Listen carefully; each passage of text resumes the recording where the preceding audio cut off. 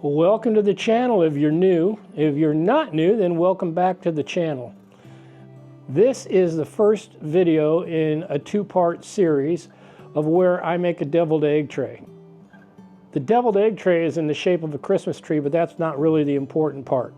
So don't get confused because I'm doing a Christmas tree a month and a half after Christmas.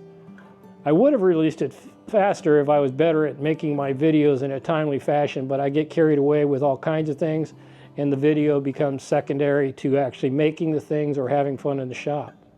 With that said, let's talk about what I'd like you to get out of this video. The first thing I want you to pick up is how to actually model an egg dish, and that's the part of the project that you will actually hold each of the eggs in vCarve Pro. I know you can do this in vCarve Pro and Aspire. I'm not sure about the other Vectric products. The next thing I want you to know is that you can do this just using Clipart that is part of your vCarve Pro subscription, which means it also comes in Aspire, by simply manipulating some of the Clipart. And we're going to go through that process of how you manipulate that Clipart to get yourself a dish just the size you want it for an egg. The next thing is you're probably going to want more than one egg dish in your deviled egg tray. So I'm going to share with you how to duplicate that deviled egg dish that you're creating into as many dishes as you want so you can make your deviled egg tray as big as you want and in any shape you want by moving these duplicate dishes around. I'm going to share with you the bits I use in the design and then the carving. And when I go to the next video, which is the actual carving of this project, you'll be able to see me put those in use. But in this part of the project, I'll share with you what the bit is and why I'm using that bit. And last but not least, I'm going to show you how I set up my toolpaths in more of a unique way than I have in the past. These are some techniques that I picked up from a gentleman named Ryan Trapella, who runs a CIC workshop and has an excellent YouTube channel himself, but he also has several things going on with the CIC Academy, CIC Startup Academy, and other things. Ryan presented a way of cutting out his project by using a roughing bit, a point roundover, and a finishing bit that made for less work on the point roundover and also allowed the finishing bit to do a cleaner job. And so I'm going to implement that toolpath strategy in this video and show you how that's done. With those things in mind, let's go ahead and get started into the actual video. In this part of the video for the deviled egg tray, I'm going to go over some of the software setup, and one of the common questions that I've had out there is how do they actually make the deviled egg, these little sections right here, trays. Because once you got this down, you can do any tray you want. So I'm going to walk through how I've set up this project and the toolpaths and how to make these little sections right here. You can see I have three different sheets. This is the final sheet that I have with the toolpaths, and I have the toolpaths located over here, and I'll share and go through those here in a few minutes. But for now, let's go through how I set up this Christmas tree. I previously had a Christmas tray dish, and that was shared last year. This year I wanted to do the deviled egg tray, so I took my Christmas tree dish from last year and I imported the vectors in that file. So that's where I get this Christmas tree design. It was something I made last year. And if you look over on this other sheet, you can see the outline of a Christmas tree tray, and I'm going to use that a little bit later in the video. And that's what I decided to use for this Christmas tree deviled egg tray. So let's go through the process. The first thing I needed to do once I had the outline of the tray, which is over in this area, is to go ahead, I'll double click, I just double clicked on that, is to go ahead and create the deviled egg slots here that you see, i.e. the components. So if we go to the component tree, you can see that I have no components on this tree over here, but if I come back over to the other file, the other sheet, and I open that up, you can see I've got a whole bunch. Basically, each one of these is a different component. And so I'm going to go through the process about how I went about doing that. And so with that, let me go back to the other sheet. And so now you see the blank component, and I've got this on a layer. If you look at it, it says, make sure I've got it in the right way, a layer called profile.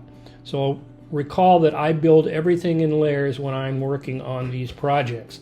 So the first thing I need to do is get myself something to hold the eggs. And that's real easy in the vCarve software. So notice I'm doing this in vCarve Pro to show that you don't have to do this one in Aspire. What I need to first do is bring a component in here, and the way to do that is to go over to the Clipart section. And in the Clipart section, if you look under domes and dishes here, you see you have a selection of domes and dishes. And they all come in as domes at first, but it's real easy to change it into a dish.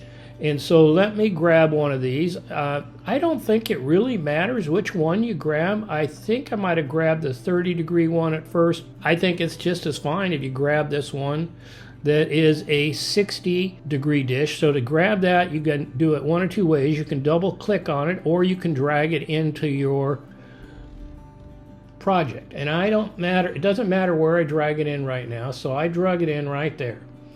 And the first thing I'm going to want to do is I'm going to want to change the size of this such that it represents an egg. And taking measurements and working with others, I know from previous experience and what I did over here that the perfect size, now you'll notice this is a circle, but we want ovals. But that's okay because the software will take care of that. I'm going to go ahead and I'm going to resize using the Transform Objects tool. I'm going to resize this. It says Scale Selection. I'm going to take off the link XY. Normally it opens this way, but I'm going to take that off. And I know that my eggs on general are about 1.75 inches wide and 2.25 inches long. And I'll leave auto scale. It doesn't really matter because I'm going to scale it to where I want when I get set and done, and hit apply. And now look at that. We've got the size, the shape of an egg, and I'm going to hit close. And so now what I want to do is I'm going to go over here to the components section, and you can see where it says it's a dome or dish. So the first thing I want to do is check that out and see what it has to say. All right, so it says dome or dish, and I'm going to change this so I can track it better to know this was my first egg. So this is egg 1, and the thing I need to do is I need to go ahead and change this from a dome to a dish. And when I do that, I will see that, let's look at the 3D version. If you look at the 3D version, right now it's a dome, and when I hit dish, and I apply that, then you'll see it turns into a dish. I'm looking at the shape height, and in my previous videos, I was having this shape height at about 0.28, 0.3 inches, and feedback after using the tray indicated that this is probably a better depth, somewhere around 0.45 or 0.4925 or 0.5. I'm going to leave it at 0.4925 right now, and I'm going to take, and I'm also going to change this to subtract right here, and I'm going to hit close. And now what I have, as you can see, is I've got a dish, and that dish is 0.4925 in depth if you hit it just at the deepest spot. And if you look down in the bottom right corner of my screen, you will see it says minus 0.4844, telling you that's how deep this is. So that's a good egg tray size based on experience. At this point, you see that I have one egg created. Let's go back to the 2D view. So I need several other eggs. If you look at my previous model, I have 1, 2, 3, 4, 5, 6, 7, 8, 9, 10, 11, 12, 13 eggs to fit in as many eggs as I can. So I'm going to go through the process now of how I went about doing that. So the first thing I want to do is click on that to where I get the move indication. and I'm going to rotate this one over here, and that one, if we go to the component trees, is egg 1. So now what I want to do is I want to duplicate that egg, and now that it's duplicated, I'm going to take the duplicated egg and I'm going to move it, say, over here. And then once I've done that, I'm going to rename that to egg 2 so I don't get lost. And then I can actually duplicate both of these. Right click, hit duplicate. And now that I have those 2 eggs, I can take those and I can move those 2 new eggs over here. And I can click on this one here and I can rename this egg 3. And I can rename this egg 4. And this part is purely optional for trying to stay organized based on my previous experience. And so I'll take egg 3 and move it right up here. So I have egg 1, 2, 3, and 4. Then I'll turn around and I'll rotate and arrange these eggs however I want.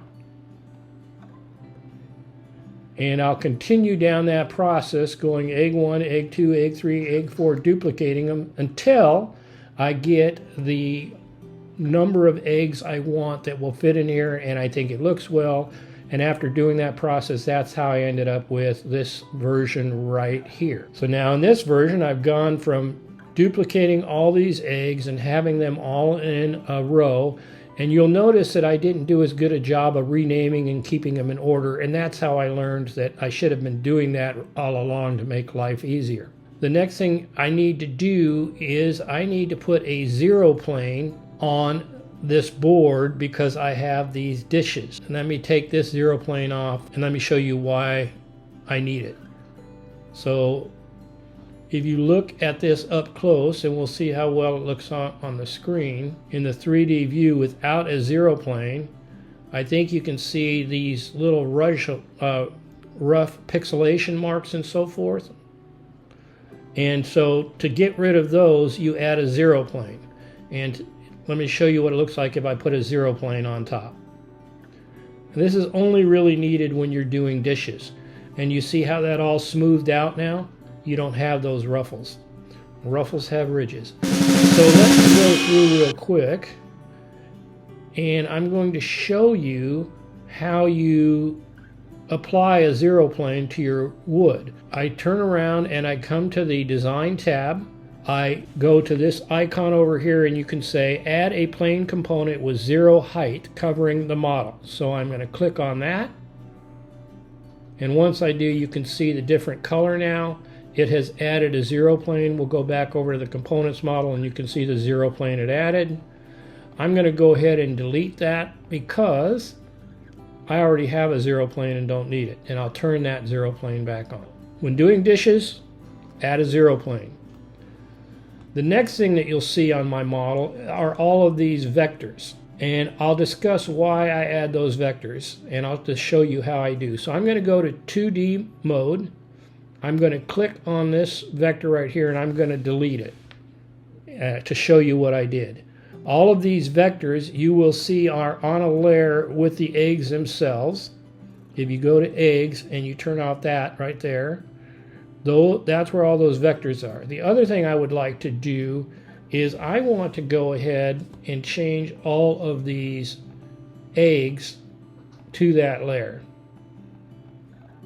Didn't realize they weren't. And I'm going to move those to the layer.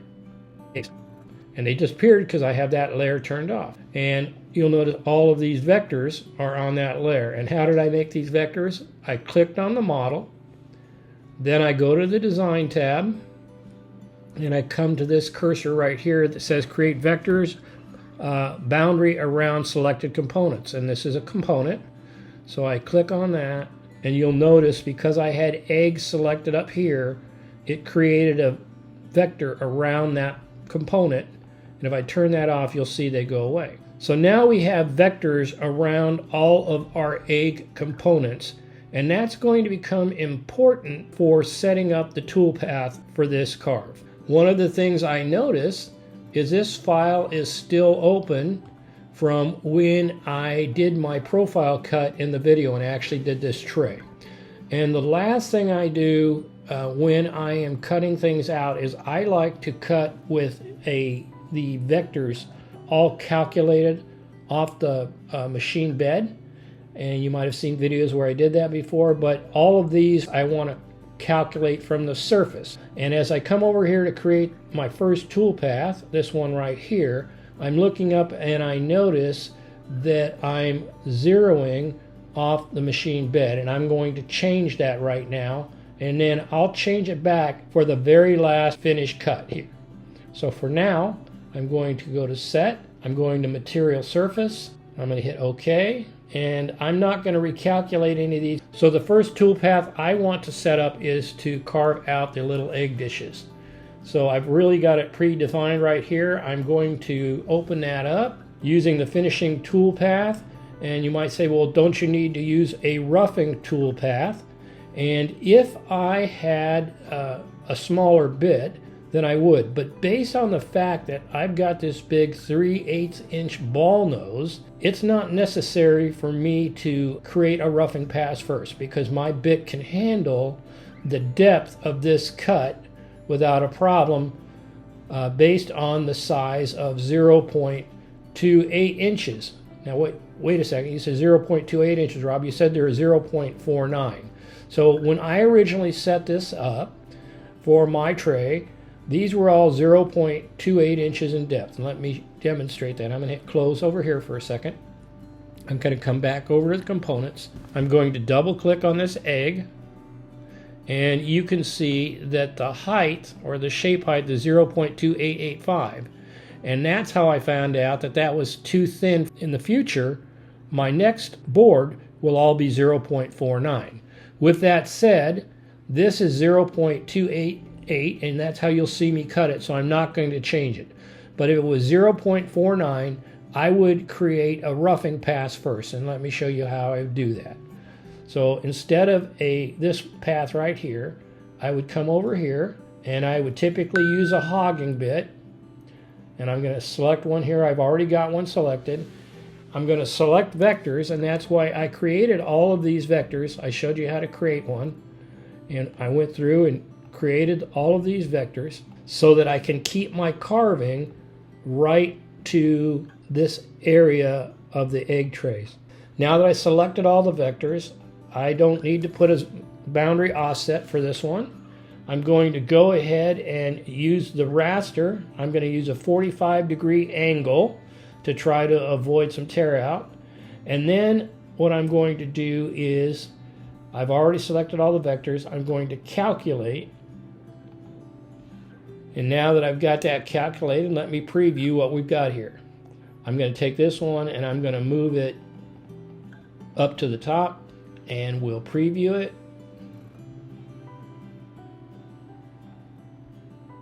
And that's what the roughing pass will look like.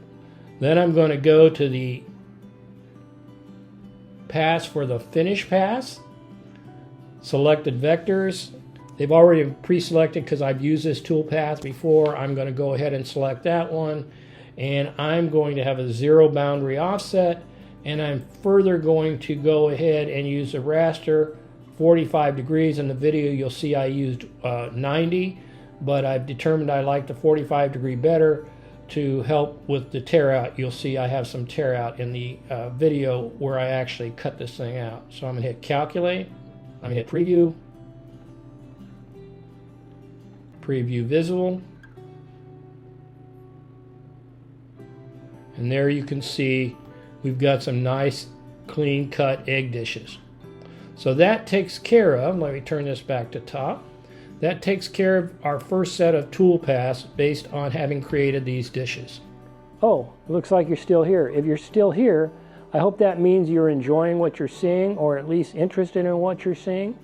And I hope at this point that if you haven't already taken the time to subscribe or give me a like, you might think about it right about now before we move on and you forget. But if not, I hope you enjoy the rest of the video.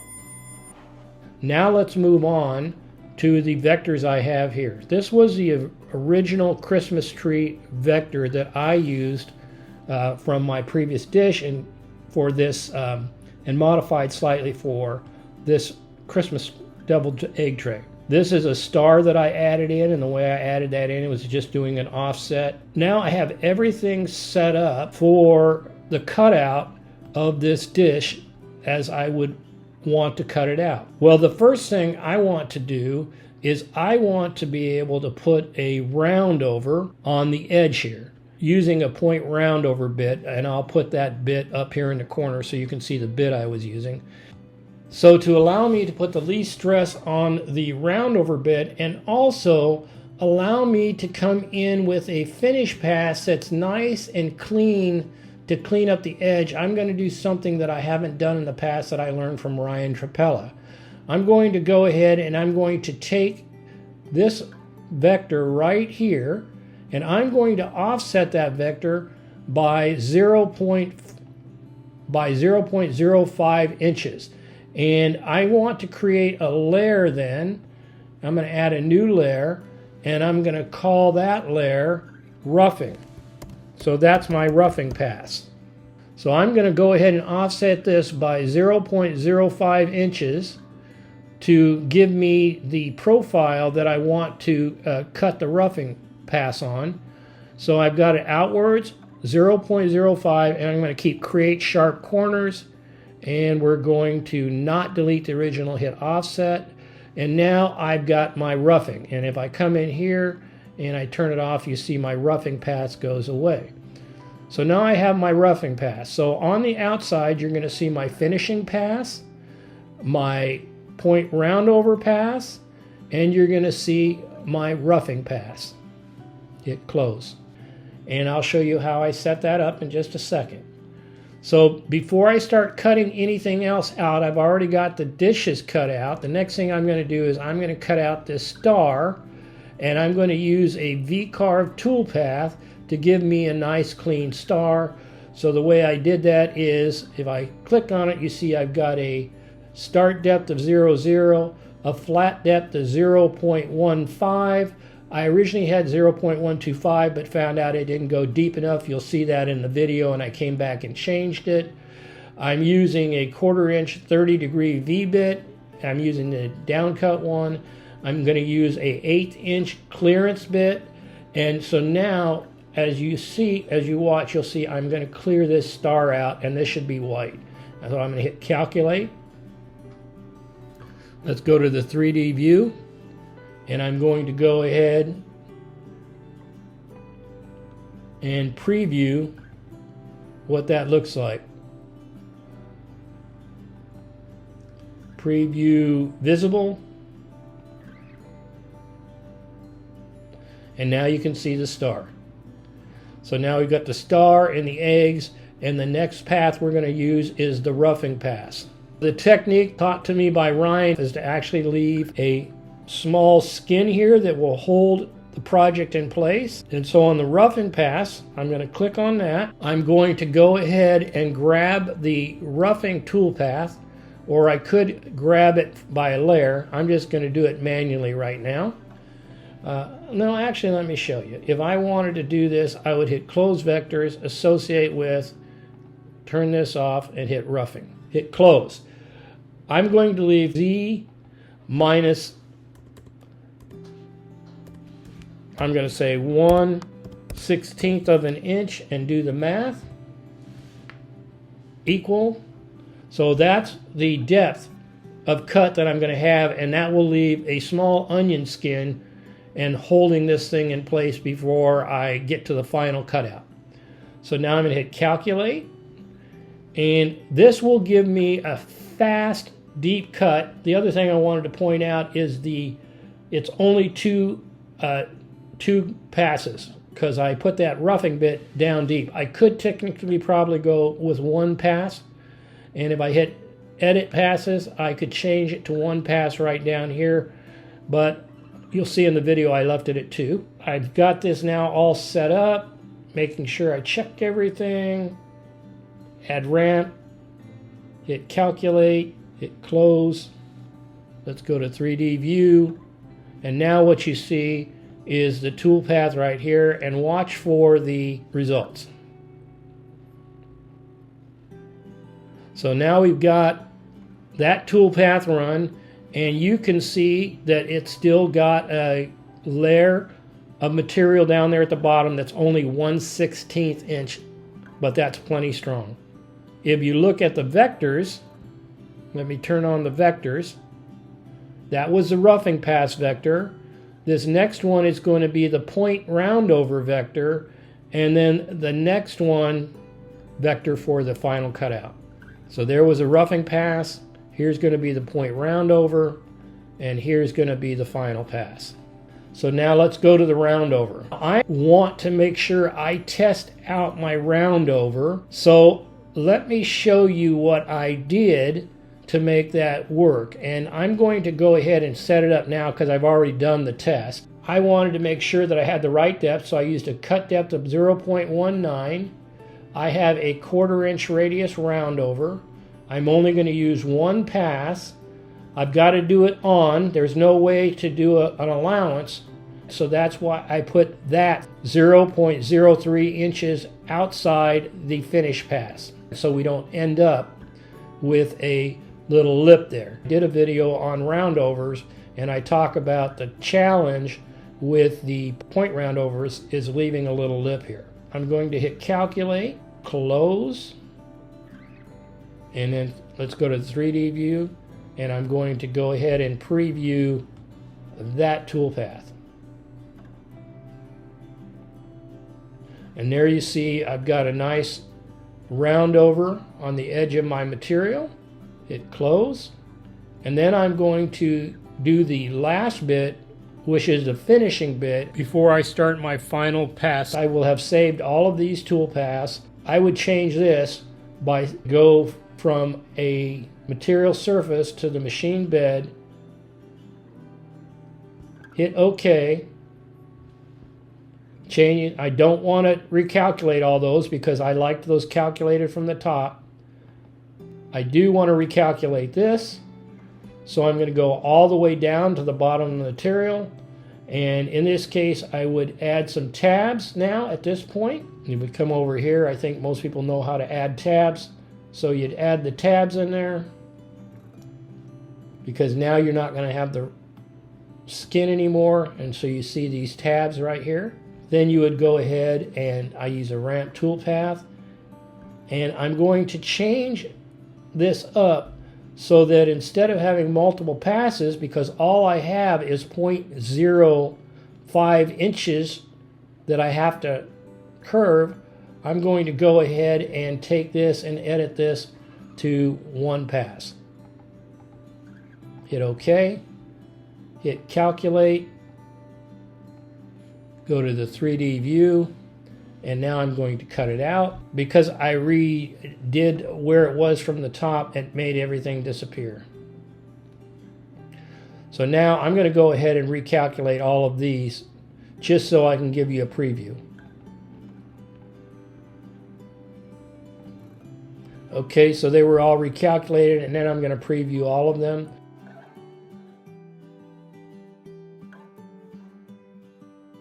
I'm going to finish up with the finishing cut here. So there you can see everything comes out nice and clean, and you get your roundover on there. So one of the things you'll see in the video is to make sure that my roundover cuts were what I wanted to be, and that I also wanted to make sure that the eggs looked the right shape that I wanted and were carving right with the 3/8 inch ball nose, and there was no problem with me not doing a roughing pass.